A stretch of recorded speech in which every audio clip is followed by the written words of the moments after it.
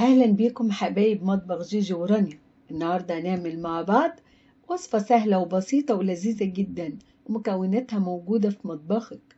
يلا بينا نبتدي، بس فضلا ما تنسونيش في الشير واللايك لو الفيديو عجبكم، ولو لسه ما اشتركتوش في القناة ياريت تشتركوا وتفعلوا زر الجرس عشان يوصل لكم كل وصفاتنا وأكلاتنا الجديدة.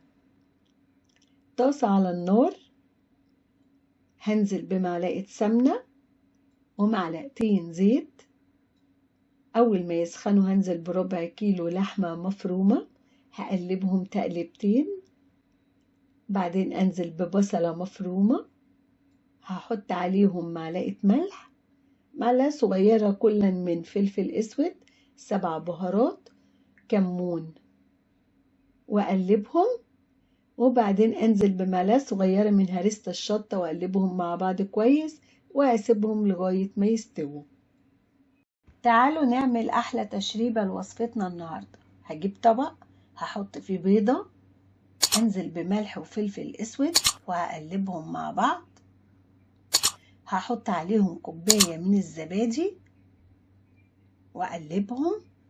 وبعدين أنزل بربع كوباية زيت وكوباية من اللبن بالقشطة بتاعته وأقلبهم مع بعض كويس. هجيب لفة الجلاش، هنقطعها شرايح وهنفكها من بعضها زي ما انتوا شايفين. هجيب صينية هدهنها بالزيت، هنزل فيها بنص كمية الجلاش واسويه،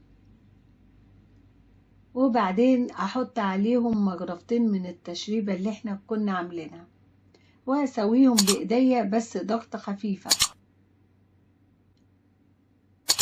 بعد كده هجيب اللحمة المفرومة واحطها في الصينية، هوزعهم كويس، وبعدين احط باقي الجلاش وانزل بباقي التشريبة. هوزع كله في الصينية حلو بضغطة بسيطة كده خفيفة خالص لغاية ما الصينية اللي فيها كلها تتساوى. بعد كده هدخله في فرن ساخن مسبقا على حرارة 200، هيبقى في الرف الأوسط. ربع ساعة هطلعه وهرش عليه جبنة موتزاريلا وهدخله الفرن تاني. أول ما ياخد لون ذهبي هطلعه وبألف هنا. ودي كانت النتيجة. أشوفكم على كل خير في وصفة وأكلة جديدة.